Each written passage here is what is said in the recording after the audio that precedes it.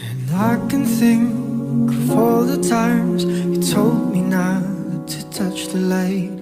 I never thought you would be the one. Sa muli po, isa pong mapagpalang umaga po sa inyong lahat at condolence po sa pamilya ni Vladimir. Could be right, 'cause everything we cherished is gone.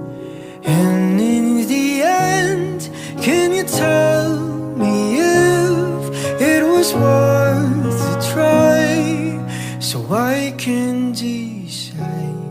Nandito po tayo ngayon sa harap ng Diyos upang mag-alay ng pagpupugay at pagpapaalam ng may pagmamahal at pananampalataya sa ating minamahal na yumao na si Vladimir.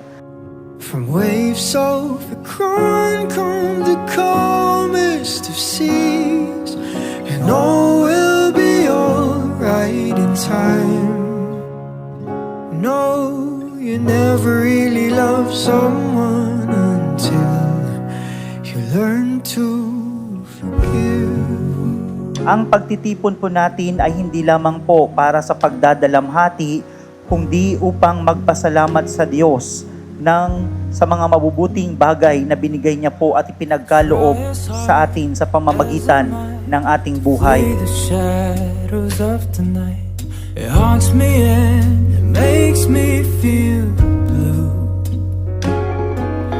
But how can I try to hide when every breath and every hour Itong buhay natin ay regalo at biyaya ng Diyos sa atin. Marahil po ay puno ng lungkot ang ating mga puso. Nawalan tayo ng isang taong mahalaga, isang taong nagbigay ng kulay sa ating buhay, isang taong naging bahagi ng inyong mga alaala at karanasan. leaves will soon grow from the bareness of trees, and all will be alright in time. From waves overgrown come the calmest of seas, and all will be alright inside. Oh, you never really love someone until you learn to forgive. I never thought that I would see the day that I decide if I should leave or stay.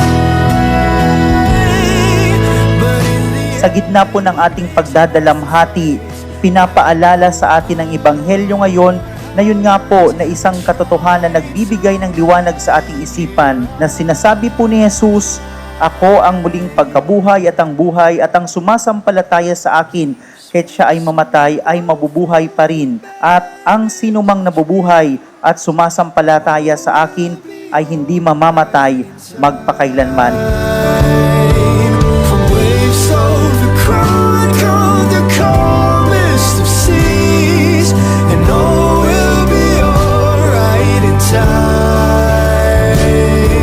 And wounds of the past will eventually heal. I said all will be alright in time.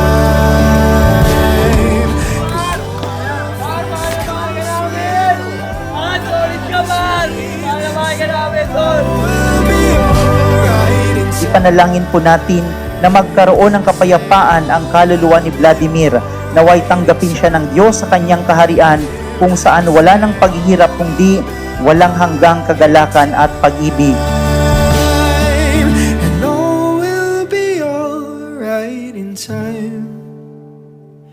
No, you Sa pagpapatuloy natin sa ating pananampalataya at pagkapit sa Kanya, alam po natin na darating din ang panahon, matatanggap natin ang lahat ng mga pangyayari sa ating buhay at makakamtan natin ang buhay na walang hanggan. you learn to